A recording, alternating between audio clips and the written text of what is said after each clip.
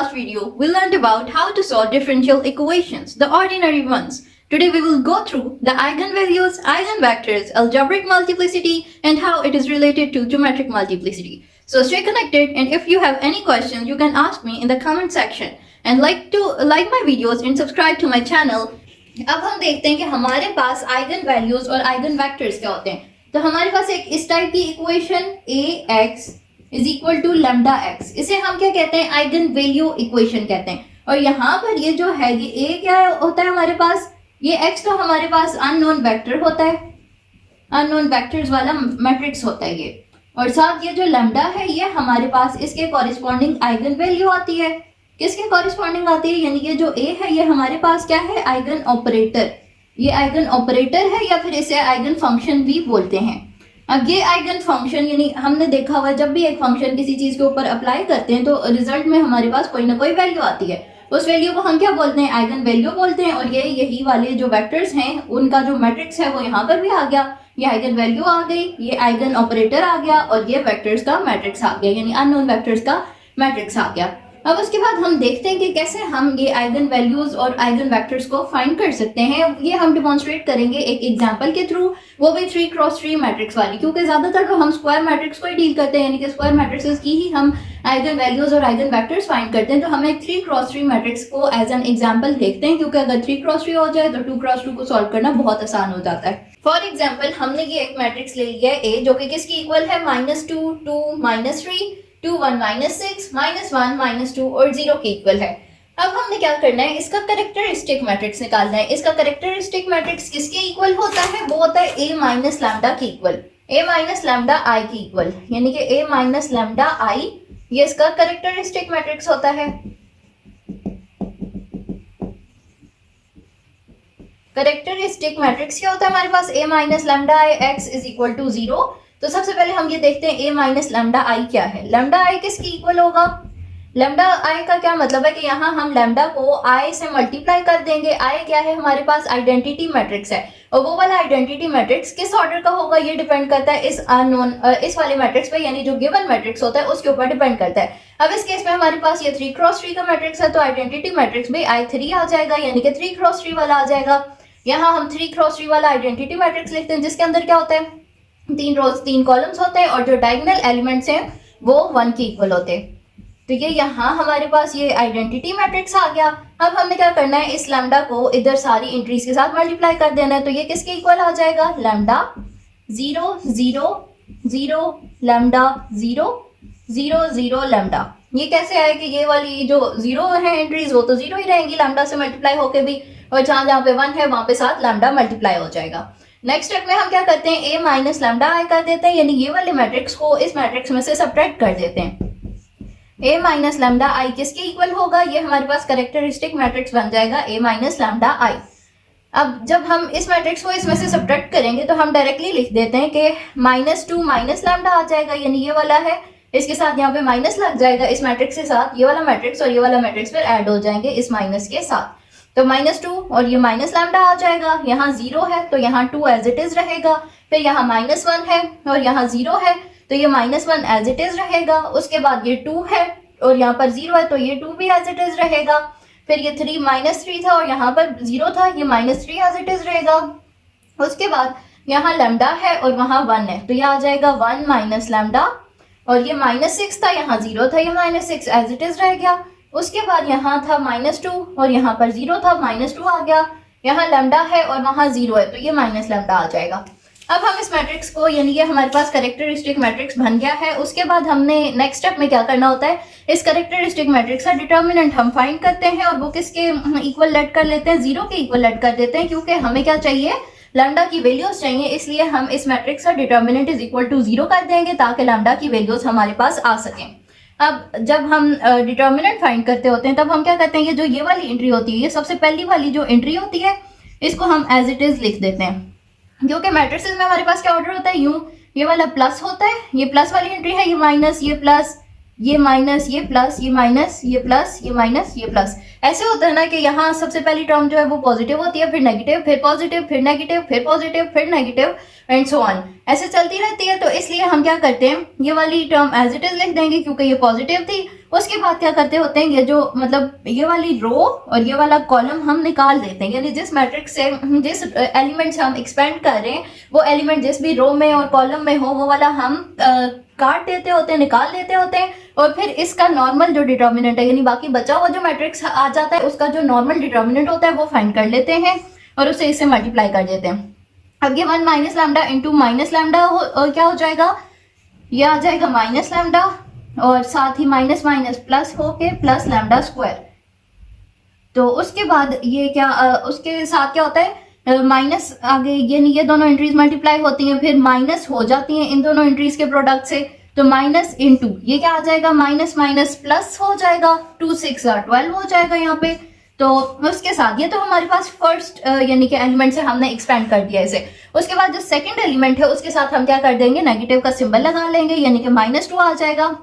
-2 के अंदर अब हम क्या करेंगे, ये वाला कॉलम और ये वाली रो निकाल देंगे, फिर पीछे बच जाएगा हमारे पास 2 -6 माइनस लैम्डा और यहाँ -1 आ जाएगा। उसके बाद हम इनका नॉर्मल डिटर्मिनेंट लेंगे, ये 2 इंटू -2 माइनस लैम्डा है तो ये -2 लैम्डा बन जाएगा। उसके साथ यहाँ पर -1 है और यहाँ -6 है, माइनस माइनस प्लस हो जाएंगे यानी कि 6 बन जाएगा, लेकिन क्योंकि डिटर्मिनेंट में वो वाली टर्म्स का प्रोडक्ट माइनस हो रहा होता है तो यहाँ -6 आ जाएगा।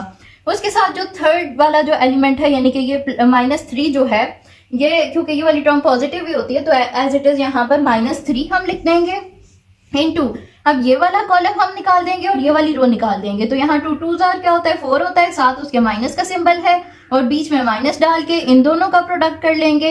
-1 1 जार क्या होता है, -1 होता है और फिर -1 माइनस लैम्डा जार क्या हो जाएगा, प्लस लैम्डा हो जाएगा।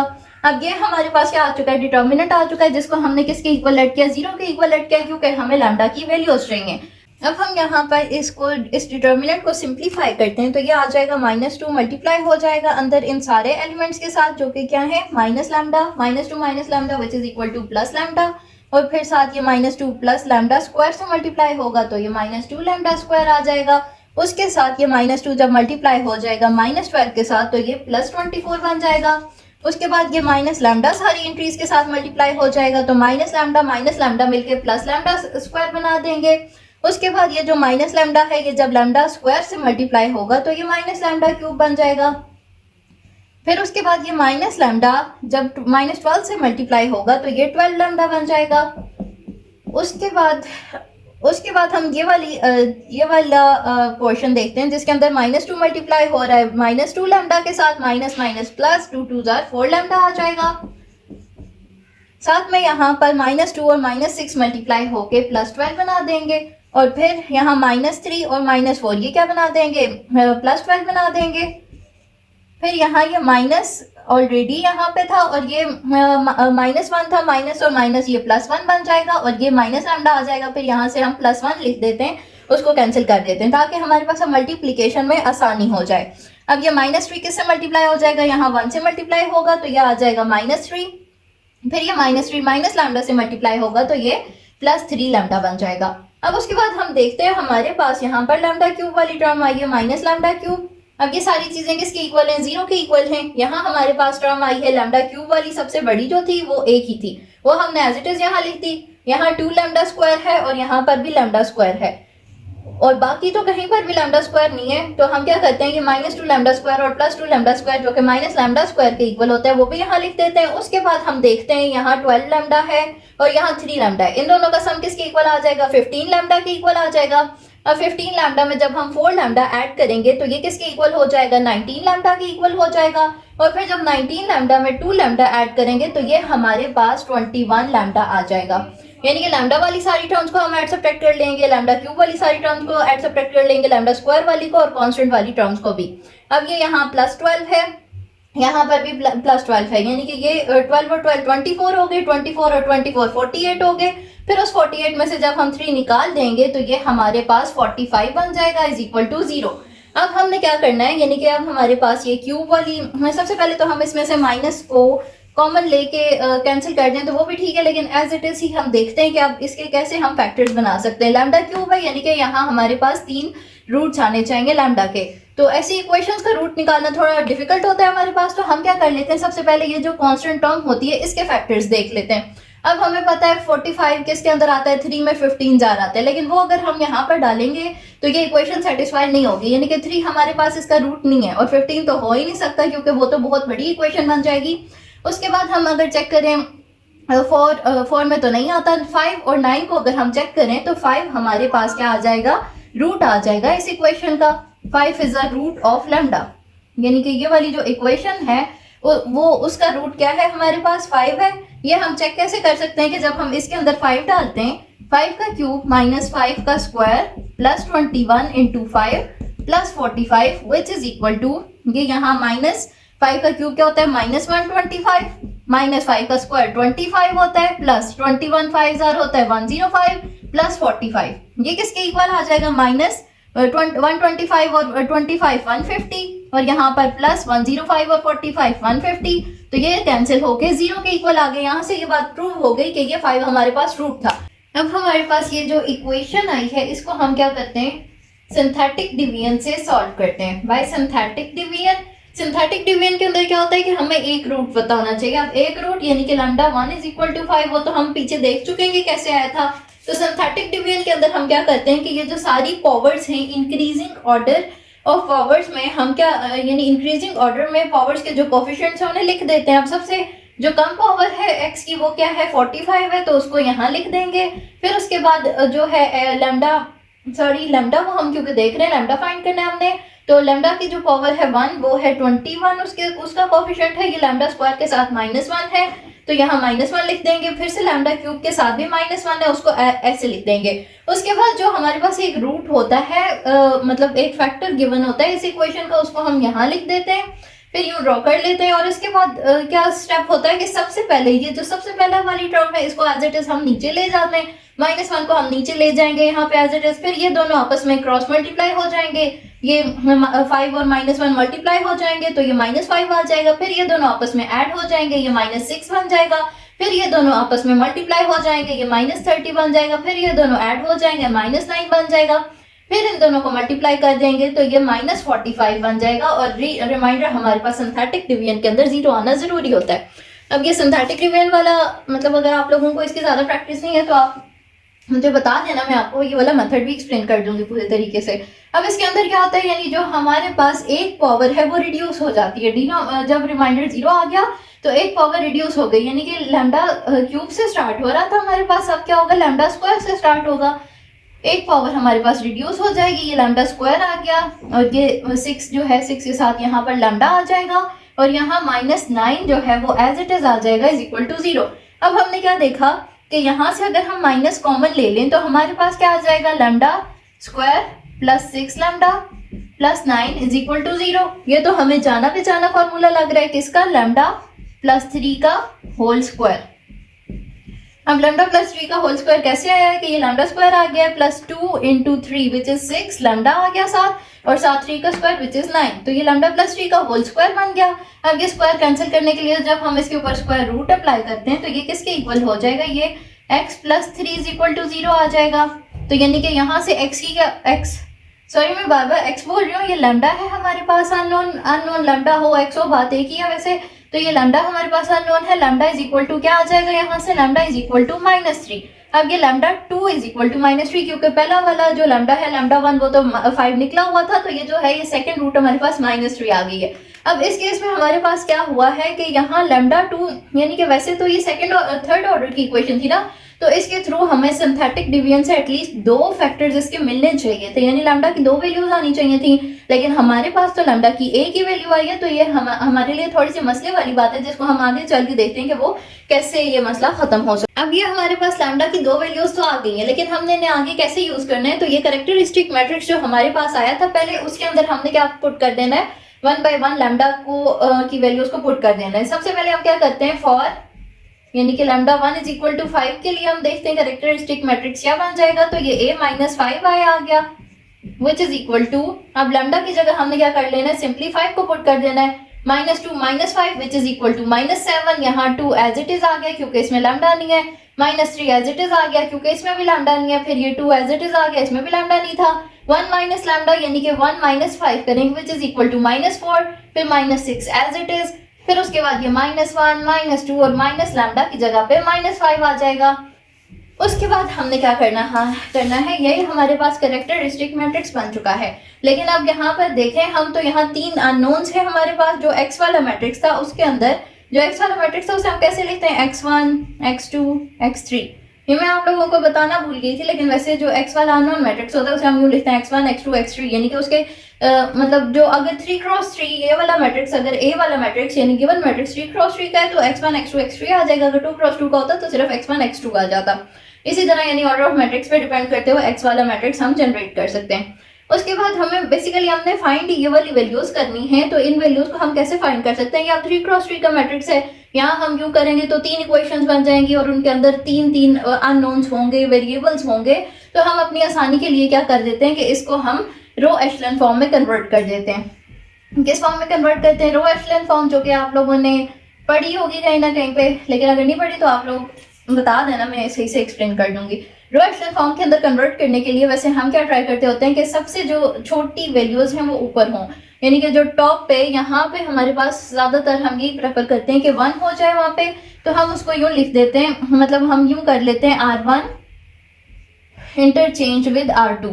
ये क्या इंटरचेंज का सिंबल है कि R1 और R2 को हम R1 और R3 को हम चेंज कर देते हैं। ये आ जाएगा -1 -2 -5 इंटू यहाँ आ जाएगा 2 -4 -6 एज इट इज। उसके बाद यहाँ -7 यानी ये वाली रो यहाँ आ चुकी है, 2 इंटू -3।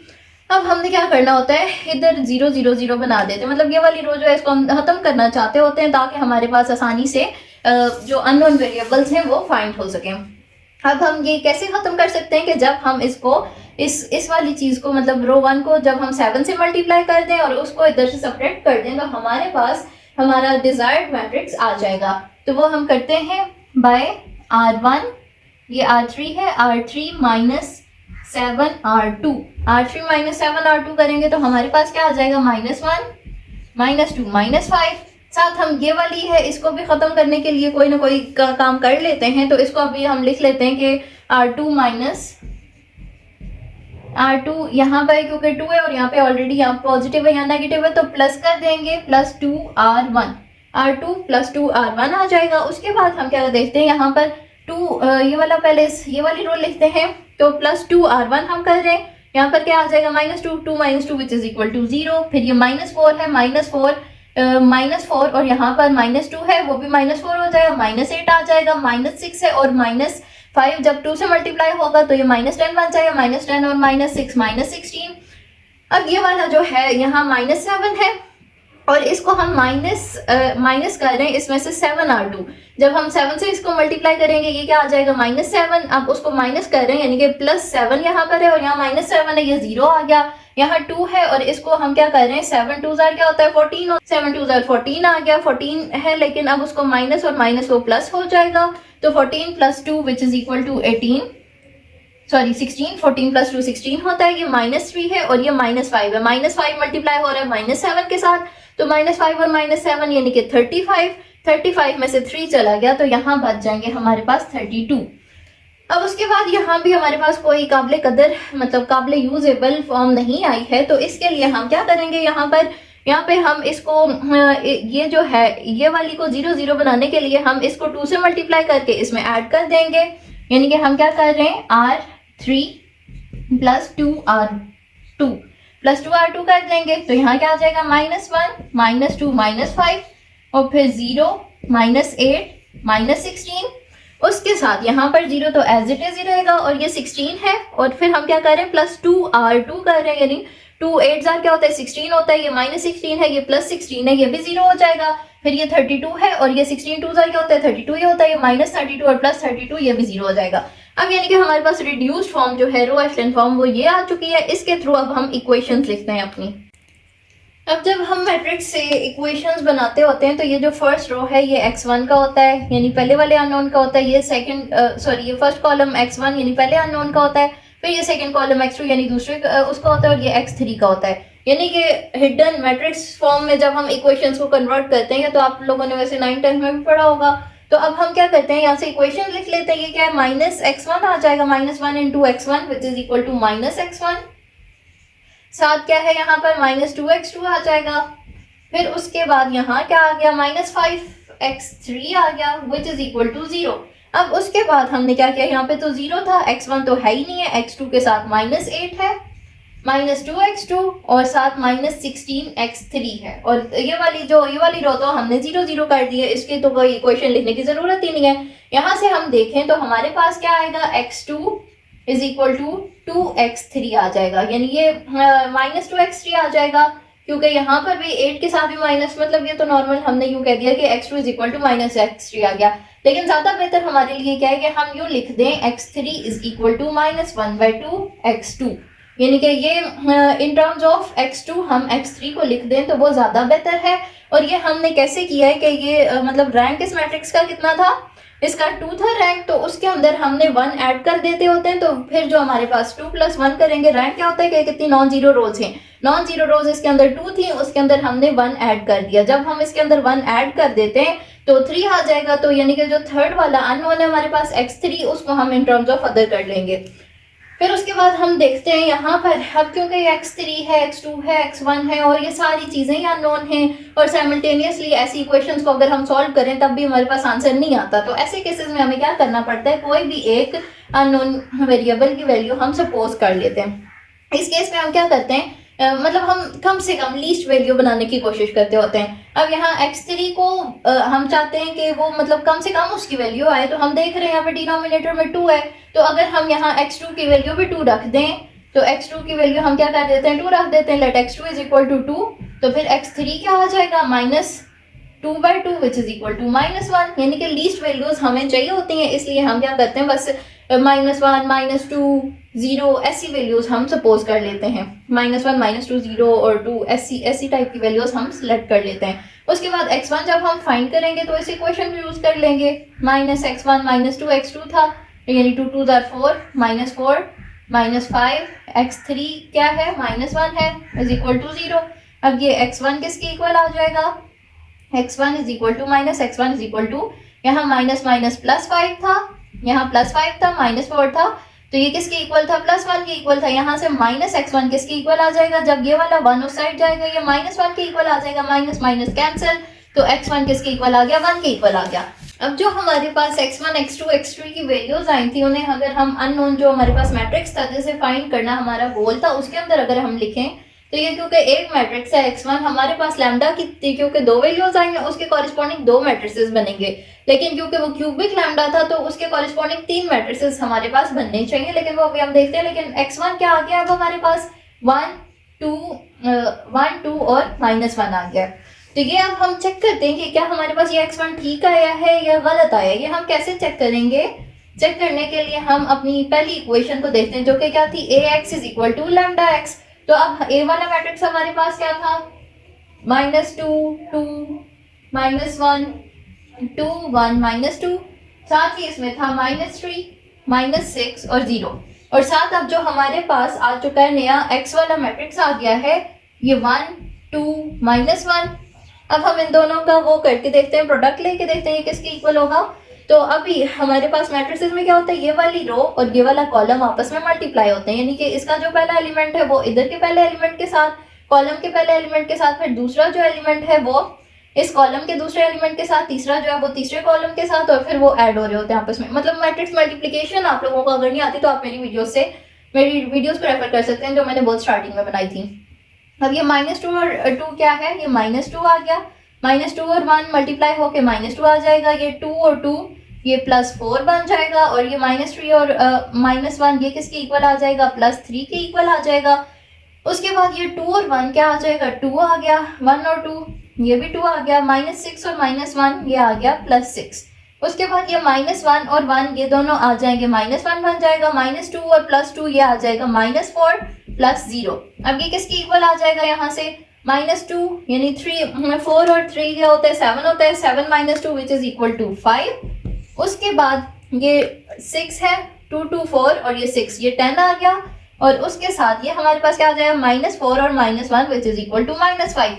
अब ये तो हमारे पास ए एक्स वाला मैट्रिक्स निकल आया। लैम्डा एक्स अब किसके इक्वल होगा, lambda x is equal to lambda की क्या वैल्यू थी 5 थी और लैम्डा 1 लिख लेते क्योंकि ये एक रूट था लैम्डा का। उसके बाद ये 5 के इक्वल था और साथ ही एक्स वाला जो मैट्रिक्स हमारे पास आया था 1 2 -1 वाला ये लिख देते हैं। अब ये जब हम स्केलर मल्टीप्लिकेशन करते हैं तो सिंपली ये वाली जो चीज़ है इसके साथ मल्टीप्लाई हो जाती है, ये आ जाएगा 5 2 10 और ये -5। तो यहाँ से हमने क्या देखा कि ये वाला मैट्रिक्स यानी कि ए एक्स वाला जो मैट्रिक्स बना है वो किसके इक्वल आ गया, लैम्डा एक्स वाले मैट्रिक्स से इक्वल आ गया 5 10 -5।